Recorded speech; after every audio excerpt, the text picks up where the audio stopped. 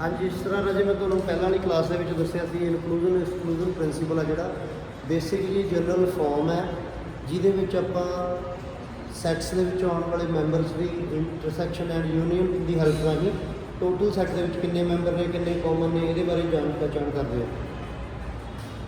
ਸੋ basic ਜਿਹਾ formula ਹੈ union ਦਾ meaning common. ਜੇ ਆਪਾਂ A ਅਤੇ B ਦੀ ਯੂਨੀਅਨ ਕਰੀਏ, ਯੂਨੀਅਨ ਦਾ ਮਤਲਬ ਦੋਨਾਂ ਦੇ ਮੈਂਬਰ ਨੂੰ ਇਕੱਠਾ ਕਰ ਦਈਏ ਤਾਂ ਇਹਦੇ ਵਿੱਚ ਕੀ ਆ ਜਾਂਦਾ A ਦੇ ਮੈਂਬਰਸ ਵੀ ਪਲੱਸ B ਦੇ ਮੈਂਬਰ ਵੀ ਕਾਊਂਟ ਆਊਟ ਹੁੰਦੇ ਨੇ, ਮਾਈਨਸ ਹੁੰਦੇ ਆ ਕਾਮਨ ਮੈਂਬਰ।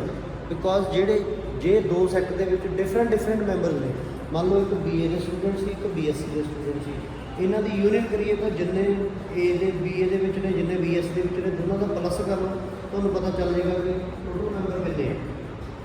ਬਟ ਜੇ ਆਪਾਂ BA ਦੇ ਸਟੂਡੈਂਟਸ ਦੇ ਵਿੱਚੋਂ ਹੀ ਕਹਿ ਦਈਏ, ਤੁਹਾਡੇ ਵਿੱਚੋਂ ਕਹਿ ਦਈਏ, ਠੀਕ ਹੈ, ਕਿ ਕੁਝ ਕੁ ਸਟੂਡੈਂਟਸ ਨੇ ਜਿਹੜੇ ਆਈਫੋਨ ਯੂਜ਼ ਕਰਦੇ ਆ, ਕੁਝ ਕੁ ਸਟੂਡੈਂਟਸ ਨੇ ਜਿਹੜੇ ਆਈਫੋਨ ਦੇ ਲੇਟੈਸਟ ਮਾਡਲ ਯੂਜ਼ ਕਰਦੇ ਆ, ਤਾਂ ਇਹਦਾ ਮਤਲਬ ਇਹਦੇ ਵਿੱਚ ਕੁਝ ਕੁ ਮੈਂਬਰ ਕਾਮਨ ਤਾਂ ਆ ਗਏ, ਸਾਰੇ ਆਈਫੋਨ ਯੂਜ਼ ਕਰ ਰਹੇ ਨੇ, ਪਹਿਲੀ ਗੱਲ ਤਾਂ ਇਹਦੇ ਵਿੱਚ ਟੋਟਲ ਕਾਊਂਟਿੰਗ ਨਹੀਂ ਹੋਣੀ। ਜਦੋਂ ਆਪਾਂ A ਦੇ ਐਂਡ B ਦੇ ਆਈਟਮਸ ਨੂੰ ਕਾਊਂਟ ਕਰਦੇ ਆ, ਠੀਕ ਹੈ, ਜਿਹੜੇ ਮੈਂਬਰ ਕਾਮਨ ਆਉਂਦੇ ਆ ਉਹਨਾਂ ਨੂੰ ਮਾਈਨਸ ਕਰ ਦਿੰਦੇ ਆ। ਜਿਸ ਤਰ੍ਹਾਂ ਆਪਾਂ ਗੱਲ ਕਰੀਏ, ਛੋਟੀ ਜਿਹੀ ਐਗਜ਼ਾਮਪਲ ਇਹ ਕਿ ਆਪਣੀ ਫੈਮਿਲੀ ਦੇ ਵਿੱਚ ਮੰਨ ਲਓ ਕੁਝ ਪਰਸਨ ਕੌਫੀ ਲਾਈਕ ਕਰਦੇ ਆ, ਕੁਝ ਪਰਸਨ ਟੀ ਲਾਈਕ ਕਰਦੇ ਆ, ਕੁਝ ਪਰਸਨ ਦੋਨੇ ਚੀਜ਼ਾਂ ਲਾਈਕ ਕਰਦੇ ਆ। ਜੇ ਆਪਾਂ ਕਹੀਏ ਟੋਟਲ ਕਿੰਨੇ ਮੈਂਬਰ ਨੇ, ਆਪਾਂ ਇਹ ਨਹੀਂ ਕਾਊਂਟ ਕਰ ਸਕਦੇ ਕਿ ਕੌਫੀ ਵਾਲੇ ਵੀ ਕਾਊਂਟ ਕਰ ਲਓ, ਟੀ ਵਾਲੇ ਵੀ ਕਾਊਂਟ ਕਰ ਲਓ, ਦੋਨੇ ਵਾਲੇ ਵੀ ਕਾਊਂਟ ਕਰ ਲਓ, ਕਿਉਂਕਿ ਜਦੋਂ ਕੌਫੀ ਵਾਲੇ ਕਾਊਂਟ ਕੀਤੇ ਨੇ ਉਦੋਂ ਦੋਨਾਂ ਚੀਜ਼ਾਂ ਵਾਲੇ ਮੈਂਬਰ ਵੀ ਕਾਊਂਟ ਆਊਟ ਹੋ ਗਏ। ਜਦੋਂ ਟੀ ਵਾਲੇ ਮੈਂਬਰ ਕਾਊਂਟ ਕੀਤੇ, ਇਨੂਮਰੇਟ ਕੀਤੇ, ਉਦੋਂ ਵੀ ਦੋਨੇ ਤਰ੍ਹਾਂ ਦੇ ਮੈਂਬਰ ਕਾਊਂਟ ਹੋ ਗਏ। ਸੋ ਜਿਹੜੇ ਕਾਮਨ ਮੈਂਬਰ ਹੁੰਦੇ ਉਹਨਾਂ ਨੂੰ ਇੱਕ ਵਾਰੀ ਡਿਲੀਟ ਕਰਨਾ ਪੈਂਦਾ। ਇਸ ਚੀਜ਼ ਨੂੰ ਆਪਾਂ ਵੈਨ ਡਾਇਗਰਾਮ ਦੀ ਹੈਲਪ ਨਾਲ ਪਹਿਲਾਂ ਸਮਝਦੇ ਹਾਂ। ਵੈਨ ਡਾਇਗਰਾਮੈਟਿਕਲੀ ਆਪਾਂ ਚੀਜ਼ਾਂ ਨੂੰ ਸਮਝਣ ਦੀ ਕੋਸ਼ਿਸ਼ ਕਰਦੇ ਹਾਂ।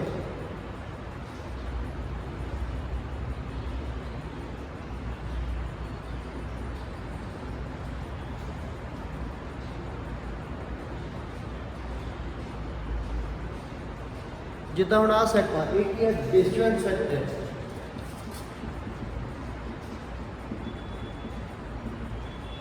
ਇਹਨਾਂ 'ਚ ਕੁਝ ਵੀ ਕਾਮਨ ਨਹੀਂ ਹੈਗਾ।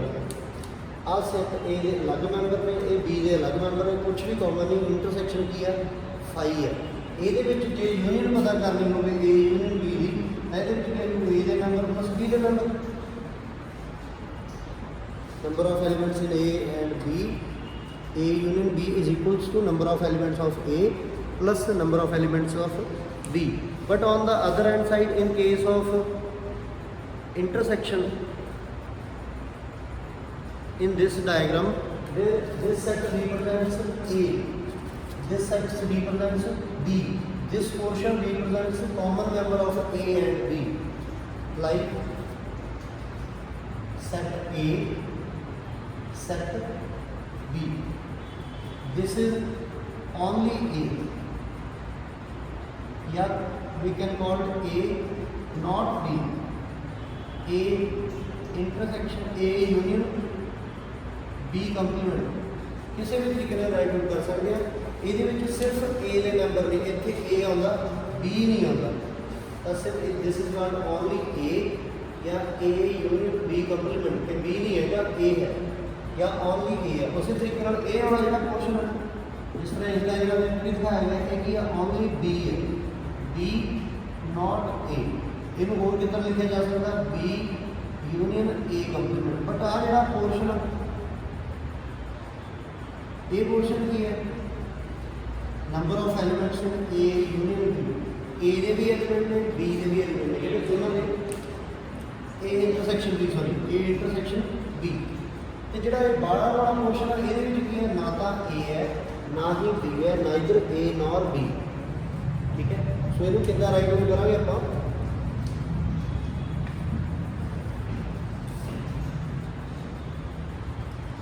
this portion represents only A ਜਾਂ ਕੀ ਰਾਈਟ ਆਊਟ ਕਰ ਸਕਦੇ ਹਾਂ, ਕਿੱਦਾਂ ਲਿਖ ਸਕਦੇ ਹਾਂ, ਇਹ ਕੀ ਹੈ ਜੂਗਾ, ਓਨਲੀ A ਕਹਿ ਲਓ ਜਾਂ A ਮਾਈਨਸ B ਕਹਿ ਲਓ ਜਾਂ A ਯੂਨੀਅਨ B ਕੰਪਲੀਮੈਂਟ ਕਰ ਲਓ, ਠੀਕ ਹੈ। ਇਸ ਪੋਰਸ਼ਨ ਨੂੰ ਕੀ ਕਿਹਾ ਜਾ ਸਕਦਾ, B ਓਨਲੀ B ਜਾਂ B ਨਾਟ A ਜਾਂ B ਮਾਈਨਸ A या B यूनियन A कंप्लीमेंट या A कंप्लीमेंट यूनियन B, किसी तरीके नाम लिख लो, सेम ही मीनिंग है। ਇਹ ਵੀ ਕੀ ਹੈ A ਨੋਟ B ਹੈ। ਹੁਣ ਆਹ ਵਾਲਾ ਪੋਰਸ਼ਨ ਕੀ ਹੋ ਗਿਆ A intersection B meaning A and B ਉਹਨਾਂ ਦੇ ਕਾਮਨ ਮੈਂਬਰਸ।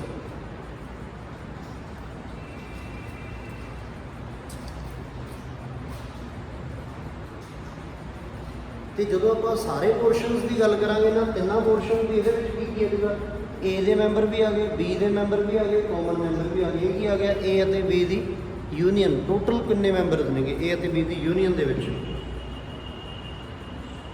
ਇਹ ਕੇਸ ਉਹ ਹੈ ਉੱਪਰ ਵਾਲਾ ਜਦੋਂ ਇੰਟਰਸੈਕਸ਼ਨ ਨਾਨ ਐਮਟੀ ਹੋਵੇ, ਕੁਛ ਨਾ ਕੁਛ ਮੈਂਬਰ ਕਾਮਨ ਆਉਂਦੇ ਹੋਣ ਤਾਂ ਇਹ ਓਵਰਲੈਪ ਕਰਨਗੇ। ਓਵਰਲੈਪ ਦਾ ਮੀਨਿੰਗ ਇੱਕ ਦੂਸਰੇ ਦੇ ਵਿੱਚ ਉਹਦੀ ਕ੍ਰਾਸ ਕਰਨਗੇ, ਕੱਟ ਕਰਨਗੇ, ਕੁਛ ਨਾ ਕੁਛ ਸਾਂਝਾ ਪੋਰਸ਼ਨ ਹੈ। ਦੂਸਰੇ ਕੇਸ ਦੇ ਵਿੱਚ ਇਹਦੇ ਵਿੱਚ ਕੀ ਹੈ ਜਦੋਂ ਇੰਟਰਸੈਕਸ਼ਨ ਕੀ ਹੈ ਐਮਟੀ ਹੈ ਤਾਂ A ਅਤੇ B ਨੇ ਜਿਹੜੇ ਦੋਨੇ ਕੀ ਨੇ ਡਿਸਜੁਆਇੰਟ ਸੈਟਸ ਨੇ। ਹੁਣ ਇਹੀ ਚੀਜ਼ ਆਪਾਂ ਆਹ ਚੀਜ਼ ਆਪਾਂ ਪਹਿਲਾਂ ਪੜ੍ਹ ਚੁੱਕੇ ਪ੍ਰੀਵੀਅਸ ਕੇਸ ਦੇ ਵਿੱਚ ਕਿ ਇਹਦੇ ਵਿੱਚ ਕੀ ਹੈ A ਬਟ ਨੋਟ B ਜਾਂ A ਇੰਟਰਸੈਕਸ਼ਨ B ਕੰਪਲੀਮੈਂਟ ਜਾਂ A ਮਾਈਨਸ B ਜਾਂ ਓਨਲੀ A।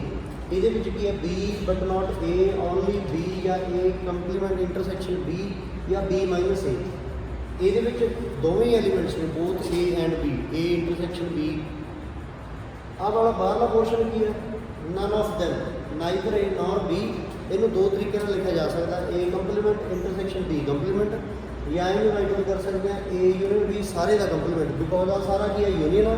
ਆਹ ਵਾਲਾ ਪੋਰਸ਼ਨ ਹੈ ਜਿਹਦੇ ਵਿੱਚ ਯੂਨੀਅਨ ਨਹੀਂ ਹੈ। ਇਹ ਸੀਗੀ ਦੋ ਸੈਟਸ ਦੇ ਲਈ। ਹੁਣ ਆਪਾਂ ਇਸੇ ਚੀਜ਼ ਨੂੰ ਤਿੰਨ ਸੈੱਟ ਦੇ ਲਈ ਸਿੱਖਦੇ ਹਾਂ। ਤਿੰਨ ਸੈੱਟ ਦੇ ਵਿੱਚ ਕੀ ਚੀਜ਼ ਹੈ ਕਿ ਇਹ ਵਾਲਾ ਸੈੱਟ ਰਿਪਰੈਜ਼ੈਂਟ ਕਰਦਾ A ਨੂੰ ਇਹ ਵਾਲਾ ਸੈੱਟ ਹੈ ਜਿਹੜਾ ਇਹ ਸਾਰਾ ਸੈੱਟ ਕੀ ਹੈ B ਹੈ। ਇਹ ਵਾਲਾ ਸਾਰਾ ਸੈੱਟ ਕਿਹਨੂੰ ਰਿਪਰੈਜ਼ੈਂਟ ਕਰ ਰਿਹਾ C ਨੂੰ।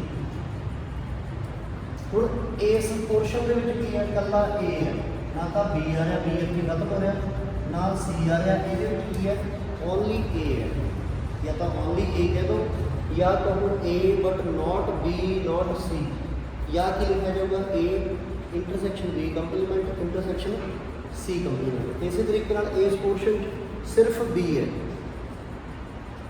B note A note C ਜਾਂ ਬੋਲਾਂਗੇ A complement intersection B intersection C compliment. ਇਸ ਪੋਰਸ਼ਨ ਦੇ ਵਿੱਚ ਇਕੱਲਾ C ਹੈ ਓਨਲੀ C ਜਾਂ C note A note B ਜਾਂ ਕੀ ਕਹਿ ਸਕਦੇ ਹਾਂ A complement intersection B complement intersection C। ਹੁਣ ਇਸ ਪੋਰਸ਼ਨ ਦੇ ਵਿੱਚ ਕੀ ਹੈ A ਦਾ ਵੀ ਸ਼ੇਅਰ ਹੈ C ਦਾ ਵੀ ਸ਼ੇਅਰ ਹੈ ਪਰ B ਦਾ ਤਾਂ ਹੈ ਨਹੀਂ B ਦਾ ਇੱਥੇ ਸਟਾਪ ਹੋ ਗਿਆ। So this is called A and C not B। ਤਿੰਨਾਂ ਦੇ ਇੰਟਰਸੈਕਸ਼ਨ ਦੇ ਵਿੱਚ ਜਿਹੜੇ ਜਿਹੜੇ ਐਲੀਮੈਂਟਸ ਉੱਥੇ ਨਹੀਂ ਹੈਗੇ ਉਹਨਾਂ ਦੇ ਕੰਪਲੀਮੈਂਟ ਆ ਜਾਣਾ। So this is called A intersection B complement intersection C। ਇੱਥੇ ਕੀ ਹੈ A ਦਾ ਸ਼ੇਅਰ ਵੀ ਹੈ ਕੁਛ ਸ਼ੇਅਰ B ਦਾ ਵੀ ਹੈ ਬਟ C ਦਾ ਨਹੀਂ ਹੈਗਾ। ਸੋ ਇੱਥੇ ਕੀ ਆ ਜਾਊਗਾ A and B not C A intersection B intersection C complement. ਇਹ ਪੋਰਸ਼ਨ ਦੇ ਵਿੱਚ A ਦਾ B ਦਾ ਵੀ ਸ਼ੇਅਰ ਹੈ C ਦਾ ਵੀ ਸ਼ੇਅਰ ਹੈ ਬਟ A ਦਾ ਨਹੀਂ। ਇਹਦੀ ਬਾਉਂਡਰੀ ਤਾਂ ਇੱਥੇ ਖਤਮ ਹੋ ਗਈ ਸੀ। ਸੋ ਇਹਦੇ ਵਿੱਚ ਕੀ ਹੈ B and C note A complement intersection B intersection C। ਆਹ ਵਾਲਾ ਪੋਰਸ਼ਨ ਕੀ ਹੈ ਇੱਥੇ ਤਿੰਨਾਂ ਦਾ ਸ਼ੇਅਰ ਆ ਰਿਹਾ। ਇੱਥੇ A ਦਾ ਵੀ ਪੋਰਸ਼ਨ ਹੈ ਇੱਥੇ B ਦਾ ਵੀ ਪੋਰਸ਼ਨ ਹੈ ਇੱਥੇ C ਦਾ ਵੀ ਪੋਰਸ਼ਨ ਹੈ। ਸੋ ਇਹ ਕੀ ਆ ਜਾਊਗਾ intersection of all three sets A and B and C A intersection B intersection C। ਕਿਸੇ ਨਜ਼ਰ ਨਹੀਂ ਆ ਰਿਹਾ ਇੱਧਰ ਆ ਕੇ ਬੈਠ ਜਾਓ। ਹੁਣ ਆਹ ਜਿਹੜਾ ਬਾਹਰ ਵਾਲਾ ਪੋਰਸ਼ਨ ਹੋ ਗਿਆ ਜਿਹਦੇ ਵਿੱਚ ਨਾ ਤਾਂ A ਦਾ ਸ਼ੇਅਰ ਹੈ ਨਾ B ਦਾ ਸ਼ੇਅਰ ਹੈ ਨਾ C ਦਾ ਸ਼ੇਅਰ ਹੈ। ਇਹ ਕੀ ਹੈ none of them neither A nor B nor C।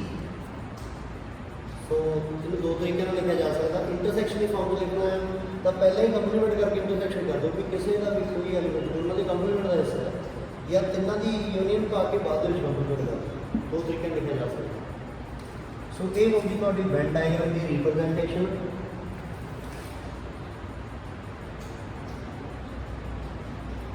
ਉਸ ਤੋਂ ਬਾਅਦ ਇਹਦੇ ਫਾਰਮੂਲੇ ਆ ਗਏ। ਤੁਸੀਂ 15-20 ਮਿੰਟ ਲਗਾ ਕੇ ਇਹਦੇ ਫਾਰਮੂਲੇ ਕਲੀਅਰ ਕਰ ਲਓ ਬਹੁਤ ਅੱਛੇ ਤਰੀਕੇ ਨਾਲ। ਤੁਹਾਨੂੰ ਸਮ ਕਰਨ ਵੇਲੇ ਕੋਈ ਪ੍ਰੋਬਲਮ ਨਹੀਂ ਹੋਣੀ। ਜਿਹੜਾ ਮਰਜ਼ੀ ਸਮ ਦੇ ਕਰ ਲਓ ਤੁਹਾਨੂੰ ਆਉਂਦਾ ਹੋਏਗਾ। ਠੀਕ ਹੈ। ਫਸਟ ਐਗਜ਼ਾਮਪਲ ਦੇ ਜਿਵੇਂ ਆਪਾਂ A ਯੂਨੀਅਨ B ਦਾ ਫਾਰਮੂਲਾ ਪੜ੍ਹੀਏ। ਇਹਦੇ ਵਿੱਚ ਕੀ ਹੈ A ਦੇ ਮੈਂਬਰ ਆ ਗਏ ਪਲੱਸ B ਦੇ ਮੈਂਬਰ ਆ ਗਏ ਮਾਈਨਸ ਕਰਾਂਗੇ A intersection B। Common member ਦੋ ਵਾਰੀ ਗਿਣੇ ਗਏ ਨਾ। ਕਾਮਨ ਮੈਂਬਰ A ਦੇ ਵਿੱਚ ਵੀ ਗਿਣੇ ਗਏ B ਦੇ ਵਿੱਚ ਵੀ ਗਿਣੇ ਗਏ। ਇੱਕ ਵਾਰੀ ਮਾਈਨਸ ਕਰ ਦਿਓ। ਠੀਕ ਹੈ। जे वो डिसजॉइंट होंगे ए और बी डिसजॉइंट होंगे इंटरसैक्शन 0 होनी सी 5 होनी सी फिर की होना सीगा ए यूनिट बी का फार्मूला ए प्लस बी। हुण आपां गल करते हैं ए माइनस बी किवें पता करना। हुण ए माइनस बी किवें पता करना, पहला तो आपां दो वेन डायग्राम बना लांगे, आ ए का हिस्सा आ बी का हिस्सा। जे आपां इहदी गल करिए ਇਹਦਾ मतलब बी के विचों की माइनस कर दईए, बी के विचों ए नूं घटा दो सारे नूं, ਜਾਂ बी के विचों की डिलीट कर देंगे आपां आ पोर्शन। ਇਹਦਾ मतलब बी के विचों की घटा देंगे दोनों की इंटरसेक्शन। जे तुसीं ओनली बी पता करना, सिर्फ आ पोर्शन पता करना, बिकॉज आ सारा की सीगा, ये सारा की सीगा बी, आ वाला बी सीगा ए इंटरसेक्शन बी। मैं तो यह कह रहा कि आह तुहाडा सेट बी सीगा, तुसीं सिर्फ इहनूं डिलीट करना है, तुहानूं सिर्फ आ चीज़ चाहिए। तो किहड़ी चीज़ डिलीट कर रहे हो बी दे विचों, बी दे विचों की डिलीट कर रहे हो, किहड़ा पोर्शन डिलीट किया जा रहा है इंटरसेक्शन। तो बस फिर A minus B sorry B minus A के लिए की है सीगा बी दे विचों इंटरसेक्शन माइनस कर देंगे। जे इदा ही आपां ने ए दे विचों ए वाला पोर्शन डिलीट करना होंदा, ਇਹਦਾ मतलब ए माइनस बी पता करना होंदा, तो की कर देंगे आपां ओनली ए पता करने के लिए ए दे विचों माइनस कर देंगे इंटरसेक्शन। आपां तां आही डिलीट करना है, अपने आप ही तुहाडे कोल ओनली ए बच जाएगा। सो बी ए माइनस बी के लिए ए की वैल्यू के विचों इंटरसेक्शन माइनस कर दो, अपने आप ही वो पोर्शन बच जाएगा जिहदे विचों ओनली ए है या ओनली बी है। समझ लग रहा? हुण गल करिए ए यूनिट बी की, ए यूनिट बी के दो फार्मूले हो गए, एक तो वाला फार्मूला आ गया ए यूनिट का कि ए के नंबर बी के नंबर दे ए माइनस बी, या आप ए यूनिट बी को इदा भी लिख सकते हैं क्या ए सीगा आ बी सी, आ पोर्शन जिहड़ा सीगा ओनली ए का जिन्हों आप ए माइनस बी कहा सीगा, आ पोर्शन जिहड़ा सीगा ओनली बी का जिन्हों आपने बी माइनस ए कहा सी, आ पोर्शन जिहड़ा हो गया सी ए अते बी की इंटरसेक्शन। इन्हां तिन्हां नूं जोड़ दो A minus B plus B minus A plus intersection, A minus B plus intersection plus B minus A इदा कर। सो यूनियन में दो फार्मूले हो गए, एक की हो गया ए की वैल्यू प्लस बी की value minus common members intersection, दूसरा की आ गया ए की ए माइनस बी की वैल्यू प्लस बी माइनस ए की वैल्यू प्लस कॉमन मेंबर्स। ठीक है भी, ये सारे फार्मूले से थोड़े दो सैट के लिए। हुण अपने को फार्मूले आ गए तीन सैट के लिए, कि जे तिना की यूनियन करनी हो तो अपने को किहड़े सैट बनने।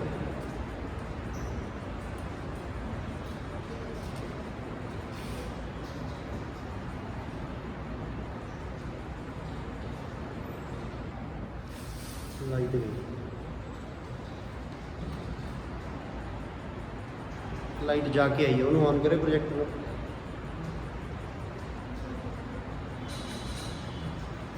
कोई उठ के येलो लाइट में प्रेस कर दो।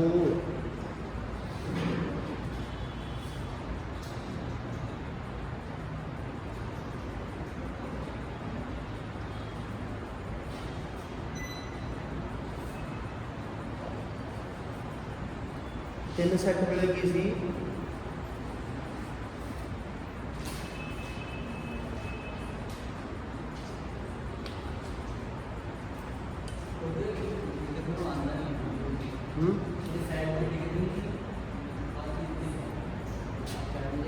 उदों ही बोलना।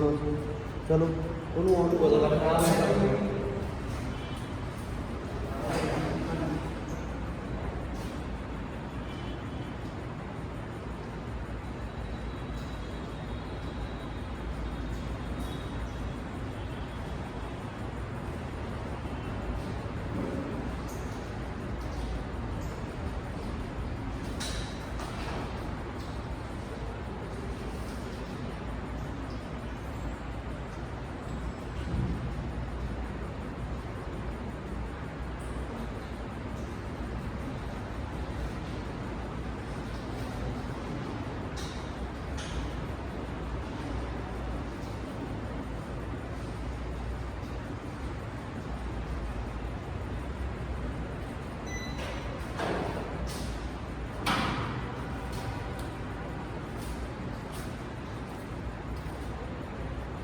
ਹਾਂਜੀ ਵੀਰੇ ਲੈ ਲਓ।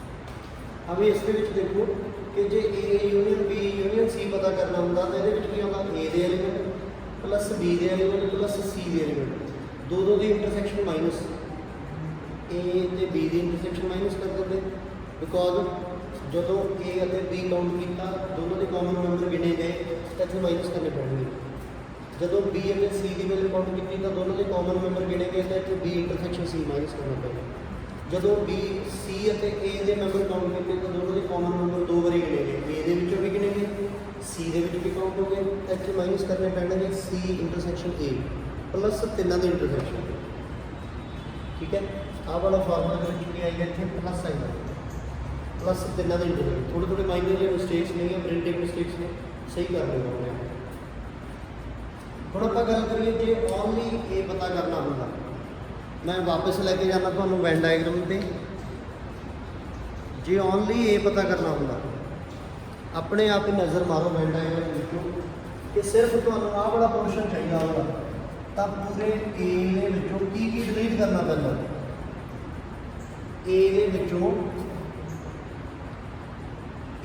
बी की इंटरसैक्शन डिलीट करनी पैंती आ की आ गया ए बी की इंटरसैक्शन सो एक तो ए बी की इंटरसैक्शन डिलीट करनी पैंती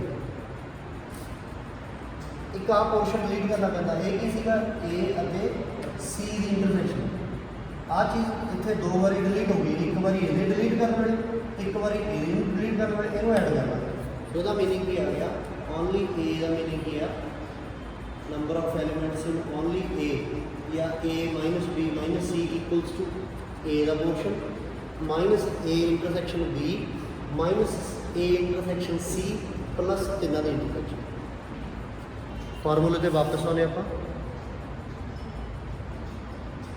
कि जो ओनली ए पता करना है तो ओनली ए वे की है बहुत ही सिंपल या शॉर्टकट आई या तो तुम डायग्राम टैक्नीकली समझ लो कई बच्चे ना इन्हू क्रैम करते हैं क्रैम की करते हैं कि जी ए माइनस बी माइनस सी पता करने लिए आ कोई चीज़ आ ए माइनस बी माइनस सी तो जिदे माइनस करना है पहला तो वही वैल्यू लिख लो वो बाकियों इंटरसैक्शन माइनस कर दो जिमें ए तो बी की इंटरसैक्शन माइनस हो गई ए तो सी की इंटरसैक्शन माइनस हो गई तिना की इंटरसैक्शन ऐड कर दो उन्होंने एवं याद रखा है फार्मूला कि ए की वैल्यू के ए की बाकियों इंटरसैक्शन माइनस कर दो तिना की इंटरसैक्शन ऐड कर दो ये तो क्रैमिंग हुई इतों आपको कोई नॉलेज नहीं ना मिलती कि फार्मूला किमें बनया क्यों माइनस कर रहे हैं क्यों ऐड कर रहे हैं वो बैकग्राउंड में जाके अपनी वैन डायग्राम खोले रखो तो पता लग जाएगा कि जोड़े पोर्शन डिलीट कर रहे हैं जोड़े पोर्शन एक तो वध बार डिलीट हो गए उन्होंने ऐड करना जिन्हें इंटरसैक्शन दोनों की डिलीट हो गई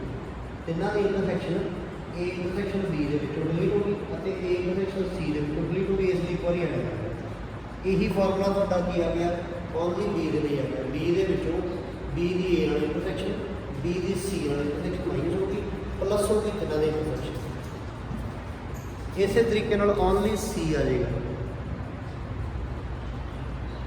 हुण आपां गल करते हैं ए एंड बी नॉट सी के लिए वापस चलिए वैन डायग्राम के प्रूफ से जे आपां ए एंड बी नॉट सी पता करना होगा सिर्फ आ पोर्शन चाहिए होगा ए एंड बी नॉट सी तो आ पूरी चीज़ के आ पूरी चीज़ की है ए और बी की इंटरसैक्शन तीजे ना देखो आ की है ए और बी की इंटरसैक्शन ये की माइनस कर देंगे आ पोर्शन तिना की इंटरसैक्शन सो जे A and B not C पता करना है तो ए एंड बी के तिना की इंटरसैक्शन माइनस कर दो फार्मूला जनरेट थोड़े इस एक टेबल में सारे फार्मूले बन जाएंगे कि ए एंड बी नॉट सी के ए और बी की इंटरसैक्शन तिना की इंटरसैक्शन माइनस कर दो जे तुसी A and C not B पता करना तो ए और सी की वैल्यू के तिना की इंटरसैक्शन माइनस कर दो जे ए ना हो बी और सी हो तो बी और सी की वैल्यू के तिना की इंटरसैक्शन माइनस कर दो इदा का फार्मूला जे तुसी एग्जैक्टली दो पता कर रहे हो एग्जैक्टली दो वाले किहड़े किहड़े ने ए और बी नॉट सी A ਅਤੇ C not B, B and C note A, ਆਹ ਤਿੰਨੇ ਚੀਜ਼ਾਂ ਅਲੱਗ-ਅਲੱਗ ਪਤਾ ਕਰਕੇ ਐਡ ਕਰ ਲਓ। ਤੁਹਾਡੇ ਐਗਜ਼ੈਕਟਲੀ ਦੋ ਪਤਾ ਲੱਗ ਚੱਲ ਜਾਣਗੇ। ਠੀਕ ਹੈ, ਇਹਨਾਂ ਤਿੰਨਾਂ ਨੂੰ ਐਡ ਕਰ ਲਓ। ਹੁਣ ਜਨਰਲ ਰੂਲਸ ਕੀ ਆ ਗਏ? ਕੁਝ ਜਨਰਲ ਰੂਲਸ ਆ ਰਹੇ ਨੇ ਜਿਹਦੇ ਵਿੱਚ ਕੀ ਹੈ ਕਿ ਜੇ ਐਟਲੀਸਟ 1 ਕਿਹਾ ਜਾਵੇ ਇਹਦਾ ਮਤਲਬ ਕੀ ਹੁੰਦਾ, ਉਹਨਾਂ ਦੋਨਾਂ ਦੀ ਯੂਨੀਅਨ ਹੁੰਦੀ ਹੈ। ਜੇ ਨਨ ਆਫ ਦੈਮ ਕਿਹਾ ਜਾਵੇ ਜਾਂ ਨਾਈਦਰ ਨੋਰ ਕਿਹਾ ਜਾਵੇ ਇਹਦਾ ਮਤਲਬ ਦੋਨਾਂ ਦੇ ਯੂਨੀਅਨ ਦਾ ਕੰਪਲੀਮੈਂਟ ਹੈ ਜਾਂ ਦੋਨਾਂ ਦੇ ਕੰਪਲੀਮੈਂਟਸ ਦੀ ਇੰਟਰਸੈਕਸ਼ਨ ਹੈ। ਇਹਨੂੰ ਆਪਾਂ ਇਹ ਵੀ ਕਹਿ ਸਕਦੇ ਹਾਂ ਦੋਨਾਂ ਦੇ ਯੂਨੀਅਨ ਦੀ ਕੰਪਲੀਮੈਂਟ ਜਾਂ ਇਕੱਲੇ ਦੇ ਕੰਪਲੀਮੈਂਟ ਦੀ ਇੰਟਰਸੈਕਸ਼ਨ। ਇੱਕ ਬਹੁਤ ਇੰਪੋਰਟੈਂਟ ਗੱਲ ਦੱਸਣ ਜਾ ਰਿਹਾ, ਜ਼ਿਆਦਾਤਰ ਬੱਚੇ ਮਿਸਟੇਕ ਕਰਦੇ ਆ। ਆਹ ਦੋਵੇਂ ਗੱਲਾਂ ਮਾਈਂਡ ਤੌਰ 'ਤੇ ਇੰਪੋਰਟੈਂਟ ਨੇ। ਜਦੋਂ ਤੁਹਾਡੀ ਸਟੇਟਮੈਂਟ ਦੇ ਵਿੱਚ ਨਨ ਆਫ ਦੈਮ ਦਾ ਜ਼ਿਕਰ ਨਾ ਹੋਵੇ, ਨਨ ਆਫ ਦੈਮ ਨਾਈਦਰ ਨੋਰ ਦਾ ਜ਼ਿਕਰ ਨਾ ਹੋਵੇ, ਤਾਂ ਜਿਹੜੀ ਦਿੱਤੀ ਹੋਈ ਕਲੈਕਸ਼ਨ ਹੈ ਜੀ ਕਲਾਸ ਦੇ ਵਿੱਚ ਇੰਨੇ ਸਟੂਡੈਂਟ ਨੇ, ਕਿਤੇ ਵੀ ਪੂਰੀ ਸਟੇਟਮੈਂਟ ਤੁਹਾਨੂੰ ਇਹ ਗੱਲ ਨਹੀਂ ਨਜ਼ਰ ਆ ਰਹੀ ਵੀ ਨਨ ਆਫ ਦੈਮ ਨਾ ਦੱਸਿਆ ਗਿਆ ਨਾ ਪੁੱਛਿਆ ਗਿਆ, ਤਾਂ ਜਿਹੜੀ ਦਿੱਤੀ ਹੋਈ ਕਲੈਕਸ਼ਨ ਆ ਉਹਨੂੰ ਕੀ ਮੰਨਾਂਗੇ? Union ਮੰਨਾਂਗੇ। when there is a discussion about none of them is given or examined, ਜਾਂ ਤਾਂ ਦੱਸਿਆ ਜਾਵੇ none of them ਬਾਰੇ ਜਾਂ ਪੁੱਛਿਆ ਜਾਵੇ, ਸੋ ਕਿਤੇ ਨਾ ਕਿਤੇ ਜ਼ਿਕਰ ਆ ਗਿਆ none of them ਦਾ, ਤਾਂ ਦਿੱਤੀ ਹੋਈ ਕਲੈਕਸ਼ਨ ਨੂੰ ਕੀ ਮੰਨਣਾ? ਯੂ ਮੰਨਣਾ, ਯੂਨੀਵਰਸਲ ਸੈੱਟ ਮੰਨਣਾ। ਉਸ ਤੋਂ ਬਾਅਦ ਯੂਨੀਵਰਸਲ ਸੈੱਟ ਹੋ ਗਿਆ ਯੂ, ਇਹਦੇ ਵਿੱਚ ਜਦੋਂ ਆਪਾਂ none of them ਮਾਈਨਸ ਕਰਾਂਗੇ ਤਾਂ ਕੀ ਬਚੂਗਾ? ਯੂਨੀਅਨ ਬਚੂਗਾ। ਨਨ ਆਫ ਦੈਮ ਮਾਈਨਸ ਕਰਕੇ ਕੀ ਬਚਦੀ ਹੈ? ਯੂਨੀਅਨ, ਜਾਂ ਯੂਨੀਅਨ ਮਾਈਨਸ ਕਰਕੇ ਇਹਦੇ ਵਿੱਚੋਂ ਕੀ ਬਚਦਾ? ਨਨ ਆਫ ਦੈਮ।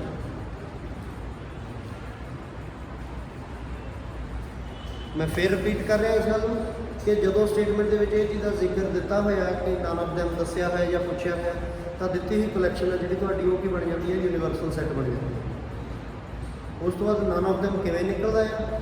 ਯੂਨੀਵਰਸਲ ਸੈੱਟ ਦੇ ਵਿੱਚੋਂ ਤੁਸੀਂ ਕੀ ਮਾਈਨਸ ਕਰ ਦੇਣੀ ਆ? ਯੂਨੀਅਨ, ਜਾਂ ਯੂਨੀਅਨ ਪਤਾ ਕਰਨ ਦੇ ਲਈ ਯੂਨੀਵਰਸਲ ਸੈੱਟ ਚੋਂ ਕੀ ਮਾਈਨਸ ਕਰ ਦੇਣਾ?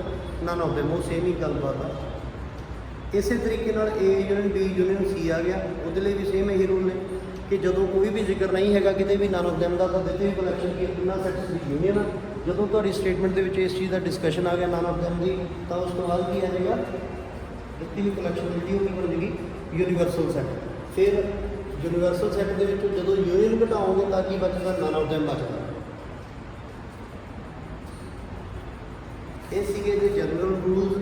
ਉਸ ਤੋਂ ਬਾਅਦ ਸਟਾਰਟ ਹੋ ਜਾਂਦੇ ਨੇ ਤੁਹਾਡੇ ਬੁੱਕਸ ਦੇ ਵਿੱਚ ਦਿੱਤੇ ਹੋਏ ਰੂਲਸ। ਇਹਨਾਂ ਸਾਰੇ ਰੂਲਸ ਨੂੰ ਮੈਂ ਉੱਪਰ ਡਿਸਕ੍ਰਾਈਬ ਕਰਨ ਦੀ ਕੋਸ਼ਿਸ਼ ਕੀਤੀ ਹੈ। ਹੁਣ ਉਸ ਤੋਂ ਬਾਅਦ ਆਪਾਂ ਚੱਲਦੇ ਹਾਂ ਵੈਨ ਡਾਇਗਰਾਮ ਬਾਰੇ ਵੀ ਦੱਸ ਗਿਆ ਮੈਂ ਤੁਹਾਨੂੰ। ਠੀਕ ਹੈ, ਇਸ ਸੈੱਟ ਨੂੰ ਅਪ ਟੂ ਕੰਟੀਨਿਊ ਕਰਦੇ ਹਾਂ ਕਿਸੇ ਐਗਜ਼ਾਮਪਲ 'ਤੇ। ਜਿਵੇਂ ਐਗਜ਼ਾਮਪਲ ਨੰਬਰ 1 ਦੇ ਵਿੱਚ ਕੀ ਕਿਹਾ ਗਿਆ ਕਿ ਜੀ ਐਕਸ ਅਤੇ ਵਾਈ ਦੋ ਸੈੱਟਸ ਨੇ ਜਿਨ੍ਹਾਂ ਦੇ ਵਿੱਚ 50 ਐਲੀਮੈਂਟਸ ਨੇ। ਯੂਨੀਅਨ ਦੇ ਵਿੱਚ ਕਹਿੰਦਾ ਕਿ 50 ਮੈਂਬਰ ਨੇ। ਪੂਰੀ ਸਟੇਟਮੈਂਟ ਨੂੰ ਬਹੁਤ ਧਿਆਨ ਦੇ ਨਾਲ ਰੀਡ ਕਰ ਲੈਣਾ, ਜਿਹੜੀਆਂ ਚੀਜ਼ਾਂ ਬਾਰੇ ਪਤਾ ਲੱਗ ਰਿਹਾ ਉਹਨਾਂ ਨੂੰ ਨੋਟ ਕਰੀਏਗਾ। ਯੂਨੀਅਨ ਦਿੱਤੀ ਨੇ 50 ਦੀ, ਐਕਸ ਦੇ ਵਿੱਚ ਕਿੰਨੇ ਐਲੀਮੈਂਟ ਨੇ? 28। ਸੋ ਇੱਦਾਂ ਲਿਖ ਲਾਂਗੇ ਕਿ ਯੂਨੀਅਨ ਹੋਊਗੀ 50, ਐਕਸ ਦੇ ਵਿੱਚ ਮੈਂਬਰ ਹੋਊਗਾ 28, ਵਾਈ ਦੇ ਵਿੱਚ ਕਿੰਨੇ ਮੈਂਬਰ ਨੇ? 32। How many members does in intersection? Intersection ਵਿੱਚ ਕਿੰਨੇ ਮੈਂਬਰ ਹੋਣਗੇ? ਬਹੁਤ ਹੀ ਸਿੰਪਲ ਜਿਹਾ ਸਮਾਂ, ਪਲੱਸ ਮਾਈਨਸ ਤਾਂ 5th 6th ਕਲਾਸ ਦੇ ਬੱਚਿਆਂ ਵਾਲਾ। ਤੁਹਾਡੇ ਲੈਵਲ ਦਾ ਜਿਹੜਾ ਕੰਮ ਹੈ ਮੈਂਟਲ ਲੈਵਲ ਨੂੰ ਸਟਰੋਂਗ ਕਰਨ ਦਾ, ਸਟੇਟਮੈਂਟ ਨੂੰ ਰੀਡ ਕਰਕੇ ਇਹ ਐਨਾਲਿਸਿਸ ਕਰਨਾ ਕਿ ਕਿਹੜਾ ਫਾਰਮੂਲਾ ਅਪਲਾਈ ਕਰਨ ਜਾ ਰਹੇ ਹਾਂ, ਕਿਸ ਤਰ੍ਹਾਂ ਨਾਲ ਹੋਵੇ। ਇਹ ਸਾਰੀਆਂ ਗੱਲਾਂ ਆਪਾਂ ਪਹਿਲਾਂ ਥਿਊਰੀ ਦੇ ਵਿੱਚ ਡਿਸਕਸ ਕਰਨ ਦੀ ਕੋਸ਼ਿਸ਼ ਕੀਤੀ ਹੈ, ਆਉਣ ਵਾਲੇ ਦਿਨਾਂ ਦੇ ਵਿੱਚ ਵੀ ਪੜ੍ਹਾਂਗੇ। ਠੀਕ ਹੈ, ਸਿੱਧਾ ਸਾਹਮਣੇ ਸਟਾਰਟ ਕਰਨਾ। ਪਹਿਲਾਂ ਸਟੇਟਮੈਂਟ ਰੀਡ ਕਰੋ, ਸੋਚੋ ਮਨ ਦੇ ਵਿੱਚ ਕਿ ਕਿਹੜਾ ਫਾਰਮੂਲਾ ਲੱਗ ਰਿਹਾ। ਡਾਇਰੈਕਟਲੀ ਫਾਰਮੂਲਾ ਕਈ ਵਾਰੀ ਨਹੀਂ ਅਪਲਾਈ ਕਰਦਾ, ਕਿਸੇ ਫਾਰਮੂਲੇ ਨੂੰ ਅਪਲਾਈ ਕਰਨ ਦੇ ਲਈ ਕੋਈ ਹੋਰ ਚੀਜ਼ ਨੂੰ ਅਲੱਗ ਤੋਂ ਪਤਾ ਕਰਨੀ ਪੈ ਸਕਦੀ ਹੈ। ਇਹਦੇ ਲਈ ਛੋਟੀ ਜਿਹੀ ਟ੍ਰਿਕ ਐਡਵਾਈਸ ਹੈ ਕਿ ਉੱਪਰ ਦਿੱਤੇ ਗਏ 4 ਫਾਰਮੂਲਾ ਜਿਹੜੇ ਆਪਾਂ ਫਾਰਮੂਲੇ ਪੜ੍ਹੇ ਨੇ, ਉਹਨਾਂ ਦੇ ਵਿੱਚੋਂ ਕੋਈ ਵੀ ਫਾਰਮੂਲਾ ਲਗਾਉਣ ਦੇ ਲਈ ਇੱਕ ਚੀਜ਼ ਮਿਸਿੰਗ ਹੋਵੇ ਚੱਲਦੀ ਹੈ। ਇੱਕ ਤੋਂ ਵੱਧ ਚੀਜ਼ਾਂ ਮਿਸਿੰਗ ਨੇ ਫਿਰ ਫਾਰਮੂਲਾ ਲੱਗਦਾ। ਜਿਵੇਂ ਹੁਣ ਇਹਦੇ ਵਿੱਚ ਯੂਨੀਅਨ ਦਾ ਫਾਰਮੂਲਾ ਹੈ, ਯੂਨੀਅਨ ਦੇ ਵਿੱਚ ਕੀ ਫਾਰਮੂਲਾ ਹੈ? A ਦੇ ਐਲੀਮੈਂਟ B ਦੇ ਐਲੀਮੈਂਟ ਮਾਈਨਸ ਇੰਟਰਸੈਕਸ਼ਨ। ਯੂਨੀਅਨ ਦਿੱਤੀ ਹੋਈ ਹੈ, A ਦਿੱਤਾ ਹੋਇਆ B ਦਿੱਤਾ, ਇਹਨਾਂ ਨੂੰ ਐਡ ਕਰਕੇ ਦੂਜੇ ਪਾਸੇ ਲੈ ਕੇ ਤੁਹਾਡਾ ਇੰਟਰਸੈਕਸ਼ਨ ਨਿਕਲੇ। ਉਹ ਤੋਂ ਬਾਅਦ ਇੰਟਰਸੈਕਸ਼ਨ ਨਿਕਲਣ ਤੋਂ ਬਾਅਦ ਕਈ ਵਾਰੀ ਉਹ ਪੁੱਛ ਸਕਦਾ ਕਿ ਦਿੱਤੇ ਹੋਏ ਸੈੱਟ ਦੱਸੋ ਡਿਸਜੁਆਇੰਟ ਸੀਗੇ ਕਿ ਨਾ। ਵੈਸੇ ਜੇ ਮੰਨ ਲਓ ਇੰਟਰਸੈਕਸ਼ਨ 0 ਆ ਗਿਆ ਤਾਂ ਦਿੱਤੇ ਹੋਏ ਸੈੱਟ ਡਿਸਜੁਆਇੰਟ ਸੀ, ਜੇ ਨਾਨ 0 ਹੋ ਗਿਆ ਤਾਂ ਡਿਸਜੁਆਇੰਟ ਨਹੀਂ ਸੀ। ਠੀਕ ਹੈ, ਥੋੜਾ ਜਿਹਾ ਟਿਪੀਕਲ ਲੈਵਲ ਦੇ ਕੁਐਸਚਨ ਕਰਦੇ ਹਾਂ, ਅੱਗੇ ਵਧਦੇ ਹਾਂ।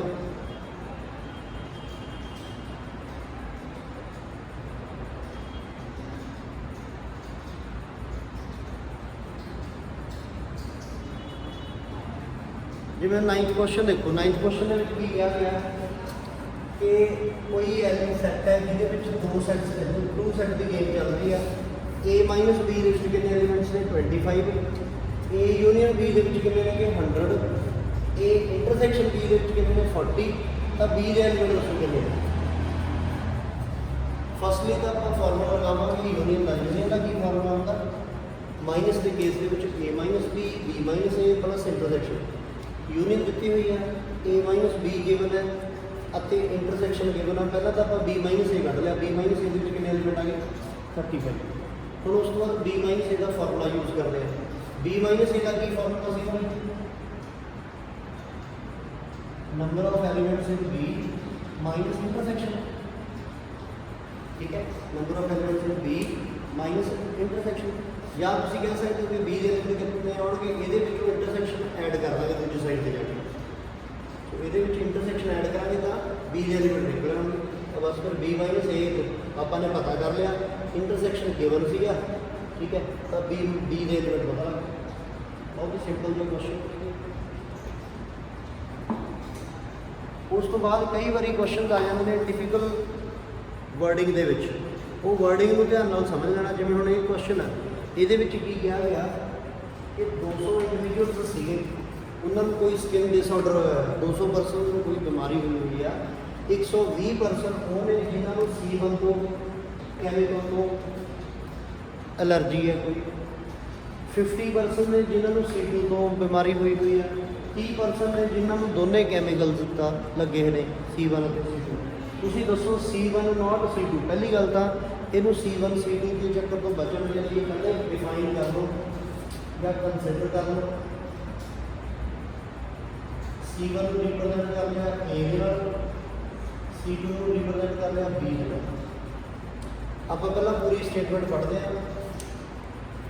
ਇਹ ਕੀ ਹੈ, ਇਨਡਾਇਰੈਕਟਲੀ ਇਹ ਕੀ ਹੈ, A ਮਾਈਨਸ B ਪੁੱਛ ਲੈਣਾ। ਇਹ ਕੀ ਹੋ ਗਿਆ, B ਮਾਈਨਸ A ਪੁੱਛ ਲਿਆ। ਇਹ ਕੀ ਹੈ, A ਯੂਨੀਅਨ B ਪੁੱਛ ਲਿਆ। ਹੁਣ ਮੇਨ ਕੀ ਚੀਜ਼ ਹੈ, 200 ਇੰਡੀਵਿਜੂਅਲ ਦਿੱਤੇ ਹੋਏ ਨੇ, ਉਹ 200 ਕੀ ਚੀਜ਼ ਹੈ। ਇਹ ਤਾਂ ਹੋ ਨਹੀਂ ਸਕਦਾ ਕਿ 200 ਯੂਨੀਅਨ ਵੀ ਦੇਤੀ ਉਹੀ ਯੂਨੀਅਨ ਪੁੱਛ ਲਿਆ। ਯੂਨੀਅਨ ਪੁੱਛੀ ਗਈ ਹੈ ਨਾ, ਇਹਦਾ ਮਤਲਬ ਜੋ ਦਿੱਤੀ ਕਲੈਕਸ਼ਨ ਉਹ ਯੂਨੀਅਨ ਨਹੀਂ ਹੈਗੀ, ਉਹਨੂੰ ਕੀ ਮੰਨਾਂਗੇ ਯੂਨੀਵਰਸਲ ਸੈੱਟ। ਸੋ ਯੂਨੀਵਰਸਲ ਸੈੱਟ ਕਿਹਨੂੰ ਕੰਸੀਡਰ ਕਰ ਲਿਆ ਆਪਾਂ, ਯੂ ਨੂੰ। A ਦੇ ਕਿੰਨੇ ਐਲੀਮੈਂਟ ਨੇ 120, ਬਿਕੋਜ਼ C1 ਤੋਂ 120% ਡਿਸਆਰਡਰ ਹੋਇਆ ਸੀ। ਉਸ ਤੋਂ ਬਾਅਦ B ਦੇ ਐਲੀਮੈਂਟ ਕਿੰਨੇ ਆ 50 ਤੇ ਇੰਟਰਸੈਕਸ਼ਨ ਕਿੰਨੇ ਹੋਣਗੇ 30। ਹੁਣ ਆਪਾਂ ਬਹੁਤ ਈਜ਼ੀਲੀ ਸਮ ਸੋਲਵ ਕਰ ਸਕਦੇ ਹਾਂ। A ਮਾਈਨਸ B ਪਤਾ ਕਰਨਾ, A ਦੇ ਵਿੱਚੋਂ ਇੰਟਰਸੈਕਸ਼ਨ ਘਟਾ ਲਓ। A ਦੀ ਵੈਲਿਊ ਆਪਣੇ ਕੋਲ ਹੈਗੀ ਆ, ਇੰਟਰਸੈਕਸ਼ਨ ਆਪਣੇ ਕੋਲ ਹੈਗਾ, ਮਾਈਨਸ ਕਰਕੇ ਉਹਦੀ ਵੈਲਿਊ ਨਿਕਲੀ। ਜੇ B ਮਾਈਨਸ A ਪਤਾ ਕਰਨਾ ਤਾਂ B ਦੀ ਵੈਲਿਊ ਦੇ ਵਿੱਚੋਂ ਇੰਟਰਸੈਕਸ਼ਨ ਘਟਾ ਲਓ। B ਵੀ ਗਿਵਨ ਆ, ਇੰਟਰਸੈਕਸ਼ਨ ਵੀ ਗਿਵਨ ਆ, B ਦੇ ਵਿੱਚੋਂ ਇੰਟਰਸੈਕਸ਼ਨ ਘਟਾ ਲਓ। ਤੀਜਾ ਕੀ ਪੁੱਛ ਲਿਆ, ਯੂਨੀਅਨ। ਤਾਂ A minus B plus B minus A plus intersection ਐਵੇਂ ਕਰ ਲਓ, ਜਾਂ A the value plus B the value minus intersection ਕਰ ਲਓ। ਜੇ ਬਾਈ ਚਾਂਸ ਉਹ ਨਨ ਆਫ ਦੈਮ ਪੁੱਛ ਲੈਂਦਾ, none of them neither A nor B, ਫਿਰ ਕੀ ਕੰਮ ਕਰਦੇ, ਜਿਹੜੀ ਯੂਨੀਅਨ ਆਈ ਹੈ ਇੱਥੇ ਉਹਨੂੰ ਕਿਹਦੇ ਵਿੱਚੋਂ ਮਾਈਨਸ ਕਰਦੇ, ਯੂਨੀਵਰਸਲ ਸੈੱਟ ਤੋਂ। ਆਪਣੇ ਆਪ ਹੀ ਤੁਹਾਡੇ ਕੋਲ ਉਹ ਐਲੀਮੈਂਟ ਬਚ ਜਾਂਦੇ ਜਿਨ੍ਹਾਂ ਨੂੰ ਕੋਈ ਵੀ ਡਿਸਆਰਡਰ ਨਹੀਂ ਹੋਇਆ ਹੋਇਆ।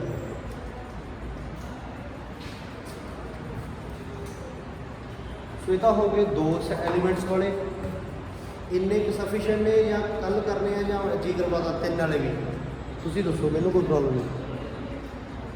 ਦੋ ਸੈੱਟ ਵਾਲੇ ਸਫੀਸ਼ੀਐਂਟ ਨੇ ਅੱਜ ਦੇ ਲਈ। ਦੋ ਐਲੀਮੈਂਟਸ ਵਾਲੇ ਜ਼ਿਆਦਾ ਸਾਰੇ ਕੁਐਸਚਨ ਕਰ ਲਓ, ਕੱਲ ਆਪਾਂ ਤਿੰਨ ਵਾਲੇ ਕਰ ਲੈਂਦੇ। ਜੇ ਤਿੰਨ ਵਾਲੇ ਵੀ ਅੱਜ ਹੀ ਕੰਪਲੀਟ ਕਰਨੇ, ਪੂਰਾ ਚੈਪਟਰ ਕੰਪਲੀਟ ਕਰਨਾ, ਤਾਂ ਦੱਸੋ, ਮੈਂ ਕਰਵਾ ਦੇਣਾ, ਮੈਨੂੰ ਕੋਈ ਆਬਜੈਕਸ਼ਨ ਨਹੀਂ। ਬਹੁਤ ਹੈ, ਭੱਜੋ।